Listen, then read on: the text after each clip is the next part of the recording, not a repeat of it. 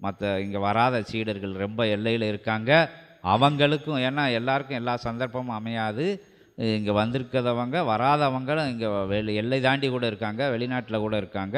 எல்லாருக்கும் இந்த சபையோட அனுகிரகங்கள் இங்கே வந்த பலனை எப்பவும் வாங்க வாங்கன்னு சொல்லுவோம். வரலைன்னா அவங்களுக்கு பலன்கள் கொடுக்காமல் இருக்கிறது கிடையாது. சபையிலேருந்து வர முடியலையேன்னு நினச்சா போதும். இந்த திருச்செந்தூருக்கு போகாமல் திருச்செந்தூருக்கு போகலையேன்னு நினச்சவங்களுக்கு பலன் கிடைச்ச மாதிரி வந்தும் பிரயோஜனம் இல்லாமல் உட்காந்துக்கிட்டால் பிரயோஜனம் கிடையாது. அங்கேருந்து ஐயோ போக முடியலையே, காசு இல்லையே, சந்தர்ப்பம் இல்லையே, லீவு கிடைக்கலையே, அங்கே விடமாட்டேங்காங்களே இங்கே விடமாட்டேங்காங்கன்னு வணங்கி நிற்கிறவங்களுக்கு இங்கே உட்காந்துரு சிவகூரையிலே இந்த இன்னைக்கு 2 நாள் நடக்கக்கூடிய சச்சங்க பலன்களும் அவங்க இல்லம் தேடி போயிடும் அப்படின்னு அகத்திய பெருமான் சொன்னது மாதிரி 21 முறை அகத்தியரோட நாமத்தை, வாழைச்சித்தர் நாமத்தை, சிவசபை நாமத்தை சொன்னாலே போதும், அவங்களுக்கு அனுகிரகம் போயிடும் அப்படிங்கிற விஷயங்களை சொல்லி சரண் கண்ட யாவருக்கும் அரணமைத்து அருளாட்சி செய்யும் அற்புத சபை இச்சபை அப்படின்னு சொல்லி விஸ்வமித்ர மகரிஷியை, பேராற்றல் கொண்ட பெருமுனியை, பெரும் மகா ஆற்றல் கொண்ட பெரும் தப ஆற்றல் கொண்ட வலிமையான செழுமையான செம்மையான அற்புதமான பேராற்றல் கொண்ட பெரும் சபைக்கு அற்புதமாக பல்லவ தேயத்திலே இருந்து சிவசபையில் அமர்ந்திருந்த போதும் உயர் சூட்சமமாக பல்லவ தேய கிளை நூல் வழியாக அரட்டல் மிரட்டல் அப்படின்னு அகத்திய பெருமான் சொன்ன மாதிரி அற்புதமாக அத்துணை நிலைகளும், அதாவது நவநாகரீக, அதாவது லேட்டஸ்ட்னு சொல்லுவாங்களா அப்படி சொல்லுவார் அவர் ஆசி. இப்போ உள்ள இயல்பு கலியுகத்தில் என்ன நடக்கு, ஏது நடக்கு, என்ன மெக்கானிசம், என்ன தொழிலியல், எல்லா விஷயங்களையும் உள்வச்சு கூறக்கூடிய ஆசியை கூட விஸ்வாமித்திர மகரிஷி வந்து ரொம்ப மேன்மையாக, உயர்வாக, உத்தமமாக, உயர்நிலையில் கூறின ஆசையெல்லாம் கேட்டு எல்லாம் அதுக்குன்னு ஒரு ரசிகரே படையே இருக்குது சிவசபையில். விஸ்வாமித்திரர் ஆசி வரலையா அப்படின்னு கேட்கக்கூடிய ஒரு நிலை அவரோட ஆசி. அதாவது ரொம்ப பேச போகிறாங்க 2 எல்லா சித்தர்களும். முகப்பு உரையாக வந்து விஸ்வாமித்திர மகரிஷியை, ராஜரிஷியை வருக வருக என அகத்தியருக்கு பிரியமான அற்புதமான சிவசபையில் ஆளுமை தன்மையிலே, சிவசபையின் சீற்றம் மிகுந்த நிலையிலே, கன்னி மூல கணபதியின் அருகாமையிலே அமர்ந்திருக்கின்ற தாமிரவரணி நதிக்கரையோரம் எத்தனையோ முறை சொல்லியிருக்கு. தாமிரபரணியில் வந்து புஷ்கரணி வந்ததில்ல, அப்போ தவம் இருந்துக்கிட்டு இருந்திருக்கார் விஸ்வாமித்திர மகரிஷி. எல்லா கூட்டங்களும் வந்து அங்கே வண்டானம் எல்லையை நோக்கி சிவசபையை நோக்கி போயிருக்கு. எங்கப்பா போறைய, எல்லாரும் ஒத்த கூட்டமாக போறைய, எங்கே போறையன்னு விஸ்வாமித்திர மகரிஷி நமக்கு சொல்லப்படுது. அப்படி விஸ்வாமித்திர மகரிஷி தெரியாமல் இருக்குமா எங்கே போகுது அப்படின்னு கேட்டிருக்காரு. கேட்கையில் கைலாயம் போகிறோம் இது, ஆனால் வட கைலாயம் கிடையாது, இடையில ஒரு கைலாயம் இருக்குது அப்படின்னு சொல்லி, அது எந்தன்னா சித்த சபை அப்படின்னு சொல்லையில் அப்படி யாருப்பா அங்கே இருக்கா, சிவமாக ஒருத்தன் தவம் இருக்கான், சிவசபையாக மெழுது, அது சிவக்கைலாய பணி நடக்கு அங்கே அப்படின்னா, அங்கே எங்கப்பா நடக்குன்ட்டு அவர் கோபத்தோடு வந்ததாக சொல்லப்படுது. வந்தாராம், பார்த்தாராம், சபையோட அற்புதமான தோற்றம் கண்டு, அதனோட தோற்றம்னா சூட்சமத்தில், அப்புறம் இயல்பில் அங்கே என்ன இருக்குது, 2 ஹாஸ்பிட்டல் சீட்டு 2 செங்கலும் தான் இருக்குது. சூட்சமம் பிரபஞ்சத்தையே ஆளக்கூடிய அற்புதமான நிலையிலே அத்தனை சபைகளும் அடுக்கடுக்காக செஞ்சு வச்சுருக்கக்கூடிய ஒரு நிலையை பார்த்து, அங்கே இருக்கக்கூடிய உயர்வான விஷயங்கள், உயர் சீடர்கள் தவம் இருக்கின்ற நிலை, சிவமகா வாழை சித்தனோட ஆற்றல் வெளிவந்த நிலை எல்லாத்தையும் பார்த்து வியந்து, இதோட நான் எங்கே போக அப்படின்னு அங்கேயே உட்காந்து சபைக்கு சேவை பண்ணிக்கிட்டு இருக்காரு. அகத்தியருக்கு துணையாக உட்காந்துருக்காரு அப்படின்னு வரலாறு சொல்லுது. அவர் சொல்லுதார். அவரோட உரையை நம்மளும் கேட்போம். விஸ்வாமித்திர மகரிஷினா எவ்வளோ கோபக்காரன்னு உங்களுக்கு தெரியும், என்னென்ன வேலையெல்லாம் பார்ப்பார்னு உங்களுக்கு தெரியும், இடையிலேயே ஒரு சொர்க்கத்தை உண்டு பண்ணின ஆளுன்னு உங்களுக்கு தெரியும். அவரால் முடியாத விஷயங்கள் எதுவும் கிடையாது விஸ்வாமித்திர மகரிஷியை. ஏன்னா இதெல்லாம் சும்மா உங்களுக்கு தெரியணும் அப்படிங்கிறதுக்காண்டி சொல்லுது. திரிசங்கு சொர்க்கம்னு கேள்விப்பட்டிருப்பிய, அதுக்கு மேலே சொல்ல வேண்டாம். அவர் ஏகப்பட்ட வேலை பார்த்துருக்காரு, அதெல்லாம் சொல்ல வேண்டாம். அரிச்சந்திரனுக்கும் அவருக்கும் உள்ள தொடர்புலாம் உங்களுக்கு தெரியும். பொய் சொன்னால் என்ன செய்வார் அப்படின்னு உங்களுக்கு தெரியும்.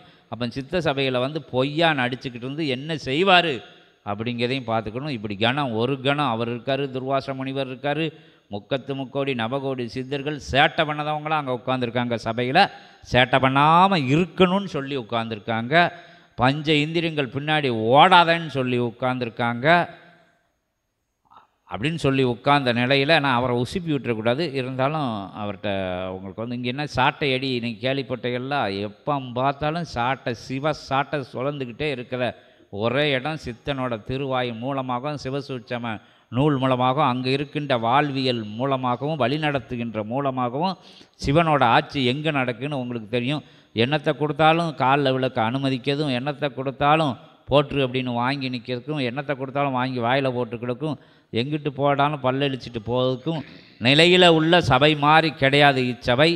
தங்கத்தில் ஆசனம் போட்டு உட்காந்துக்கிட்டு, தங்க கிரீடம் போட்டுக்கிட்டு, தங்கத்தில் காலில் செருப்பு போட்டுக்கிட்டு, அலியாட்டம் களியாட்டம் போட்டுக்கிட்டு இருக்கிற இடம் கிடையாது. காவி உடுத்தி, காவின்னா பரிசுத்தமான காவி, காவிக்குடைய தகுதியில் உடுத்தக்கூடிய தகுதியை அமர்ந்து இருந்து இல்லாமல், பார்த்தும் பார்க்காம, கேட்டும் கேட்காம, உணர்ந்தும் உணராமல், வாழ்ந்தும் வாழாமல் வாழும் கலையை சொல்லி கொடுக்கின்ற அற்புதமான தலம் இது அப்படின்னு சொல்லி வந்து அமர்ந்து நல்ல வழிகாட்டிக்கிற அற்புதமான அத்தகைய பாம்பாத்தி சித்தரோட நண்பர்களாக இணைந்து கொண்டு எல்லா சித்தர்களையும் வழிநடத்தி அற்புதமாக வடிவமைத்து அமர்ந்திருக்கின்ற அகத்தியன் துணை கொண்டு அமர்ந்திருக்கின்ற விஸ்வாமித்திர மகரிஷியை, ராஜ ரிஷியை, மன்னனாக இருந்து மகத்துவம் கண்டவனை, மகேஸ்வர நிலை கொண்டவனை, பல்லவ தேயத்திலே இருந்து கிளை நூல் அருள்கின்ற விஸ்வாமித்திர மகரிஷியை வருக வருக வருக என அனைவரின் சார்பாகவும் வரவேற்று மகிழ்கின்றோம். விஸ்வமித்ர மகரிஷியே நமோ நமோ நமோ நமோ நமக. விஸ்வமித்ராய நமோ நமக. விஸ்வ சிவமித்ராய நமோ நமோ நமோ நமக. தென்பொதிகை மலைச்சாரலிலே சிவபெருமானையும் அம்பாளையும் பிரபஞ்சம் ஏது, பிரபஞ்சம் வேறொன்றுள்ளதா அல்லது சிவபெருமானே பிரபஞ்சமா என்ற அளவிற்கு இங்கு வந்து அமர வைத்த தென்காசி கிளை சபை நிர்வாகிகள் அனைவருக்கும் விஸ்வாமித்திரனின் ஆசிகளும், அதே நிலையிலே இங்கு வந்து குழுமி இருக்கும் அனைவருக்கும் பல கிளை சபை நிலைகளை கண்டு ஏற்றமிகு செயல்களையெல்லாம் செய்து கொண்டிருக்கும் அனைத்து கிளை சபையை சார்ந்திட்ட சீடர்களுக்கும், அகத்திய பெருமானின் தொண்டர்களுக்கும், சிவ வாழை சித்த சபையின் ஆசானாக விளங்கக்கூடிய வாழை சித்தர் என்றும் நாமம் தரித்து பல கோடி யுகங்களாக தவம் கண்டு களி மாற்றத்திற்காக தன்னையே அர்ப்பணித்து விட்டு இங்கு வந்து அமர்ந்திருக்கும் எனது ஆசானும் வாழை சித்தனும் ஆகிய வாழை சித்தரையும் எனது பரமகுருவான அகத்தியரையும் வணங்கி வந்தமர்ந்தேன். விஸ்வாமித்திரன் இங்குள்ள விஷயங்கள் எல்லாம், நிலைகள் எல்லாம் எவ்வாறு நிகழ்கிறது, இது ஏதோ இன்று நேற்று நினைத்து இன்று நிகழ்ந்து விட்டது என்ற அர்த்தம் அல்ல. இது பல கோடி யுகங்களாக யோசித்து களிமாற்றம் என்பதற்காக நிகழக்கூடிய நிகழ்வு. களிமாற்றம் என்றால் அழிவை நோக்கி தான் செல்ல வேண்டுமா என்ற அகத்திய பெருமானின் ஒரே கேள்வி இன்று அனைவரையும் இங்கு அமர வைத்திருக்கிறது. அந்த ஒரு கேள்வி கேட்கவில்லை என்றால் கலியுகம் எவ்வாறு மாறியிருக்கும் என்று புராண கதைகளிலும் அனைத்து நூல்களிலும் அனைவரும் கண்டிருப்பீர்கள். அவ்வாறு மாறியிருந்தால் இன்று தென்பொதிகை மலை ஒன்று இருந்திருக்காது, அனைத்துமே அருவியாகத்தான் இருந்திருக்கும். அந்நிலை வேண்டாம் என்று நின்றவர்தான் வாழை சித்தர். அதனால்தான் அவரின் நாமத்தை 21 முறை உரைத்தால் தேவாதி தேவர்களின் பலன்கள் அனைத்தையும் ஒரே நொடியிலே பெற்றுவிட முடியும் என்பதை நான் பல முறை நூல்களில் உரைத்துள்ளேன். அதை இப்பொழுதும் உரைக்கிறேன். எவ்வளவு பெரிய கஷ்டமாக இருந்தாலும் களி மாற்றத்தை விட பெரிய கஷ்டம் ஒன்று இருக்குமா? உலகிலே நமக்கெல்லாம், வாழ்வியலிலே நமக்கெல்லாம் அவ்வாறொன்று நிகழப்போவதே இல்லை. நிலையையே மாற்றக்கூடிய வல்லமை மிக்க வாழை சித்தர் இருக்கிறார் என்றால் அவரின் நாமத்தை உரைத்தால் நமக்கெல்லாம் என்னவெல்லாம் தீங்கு என்ற நினைப்பில் தீ என்று ஆரம்பிக்கும் சொல்லை போல் தீயிலே பஸ்வமாக மாறி அனைத்து நிலைகளும் மாறி இங்கு அனைத்துமே நல்நிலைகளாக, நல் பணிகளாக, சந்தோஷமான நிலைகளாகவே மாறி நிற்கும் என்பதில் ஐயம் வேண்டாம். இதுதான் நிகழும் என்பது விஸ்வாமித்திரனின் வாக்கு. எவருக்கெல்லாம் என்ன வேண்டும் என்று நினைக்கிறீர்களோ அதில் வஞ்சகம் அல்லாது நினைத்தால் அனைத்தும் உடனே நடந்தேறும் என்பது சிவமகா வாழை சித்தர் தன் தவத்தால் பெற்றெடுத்த பலன். அதையும் தாரை வார்த்து விட்டார் தனக்கு வேண்டாம் என்று. இதைவிட ஒரு சிறந்த குரு நமக்கெல்லாம் கிடைக்க முடியுமா? இதைவிட சிறந்த சிவசேவை செய்பவர்கள் எங்கேனும் காண முடியுமா இவ்வுலகத்திலே? நான் அனைத்து கிளை சபை எங்கு சென்றாலும் கூறுவதைப் போல் அதைப்போல் வேறேதும் சபைகள் இருந்தால் கூறுங்கள், அங்கு சென்றும் நான் சேவை செய்கிறேன் என்று. இதைவிட சிறந்த சபையோ அல்லது வந்த உடனேயே அனைத்தையும் மாட்சியாக மாற்றி காட்சியாக உங்கள் கண்களில் தெரியப்படுத்திய சபையோ இருக்க முடியாது.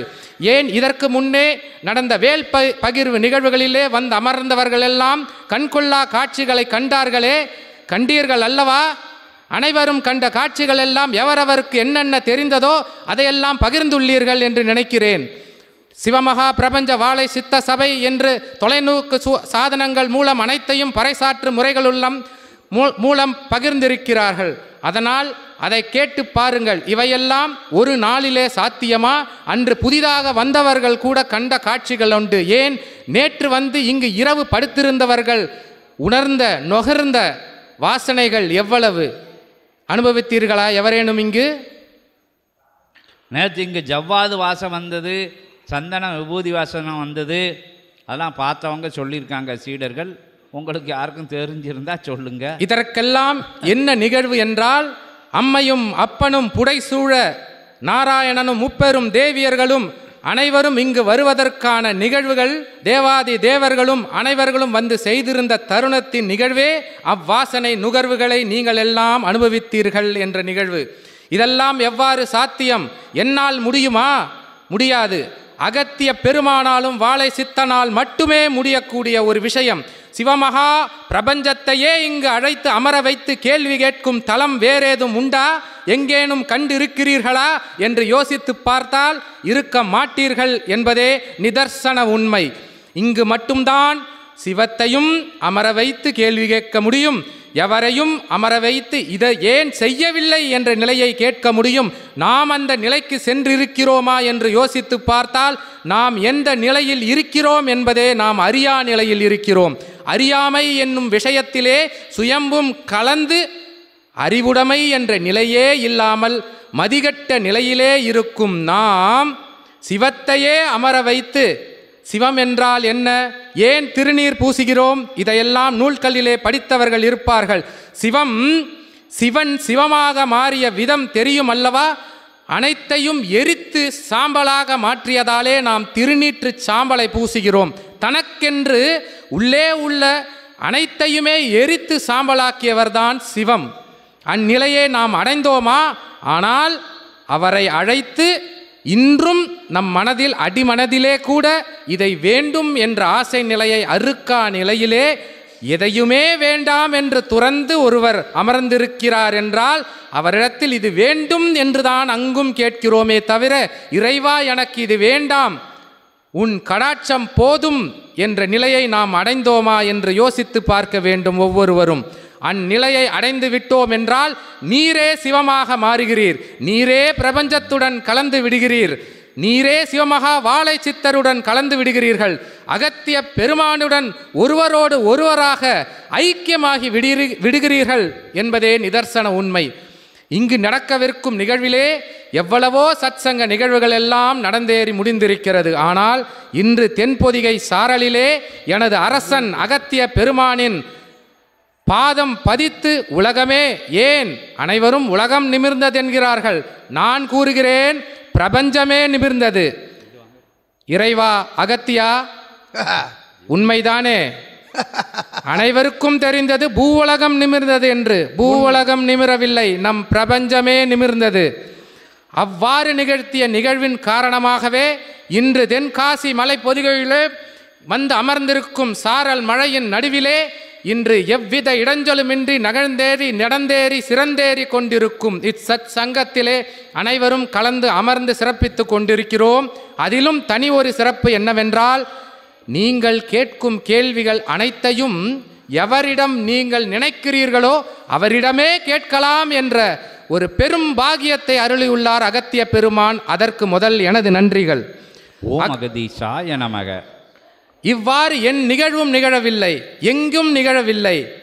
எவரிடமும் கேட்டுக்கொள்ளுங்கள் என்ற வாக்கியம் இதுவரை வந்ததில்லை. என் மூலம் இதை உரைக்கச் சொன்ன அகத்தீசரே, உங்களுக்கு கோடான கோடி நன்றிகள். சிவமகா பிரபஞ்ச வாழ சித்தை சபை என்னும் சபையை நோக்கி வந்தவர்களுக்கும், அப்பொழுதுதான் சபை நாடி வருபவர்களுக்கும், சபையில் இருப்பவர்களுக்கும், சபையில் இருந்தவர்கள் தெரியாதவர்களுக்கு கூறிய கூற்று உண்மை என்ற நிலை புரியும். இவ்வாறு புரிய வேண்டும் என்றால் இந்நிகழ்வு நிகழ வேண்டும் என்று மனதிலேயே உரைத்து, பல மைல் தூரம் அப்பால் இருந்த எனது சீடன் மூலம், என் திருவாயின் மூலம் அனைவருக்கும் உரைக்க வைத்தீரே. கோடான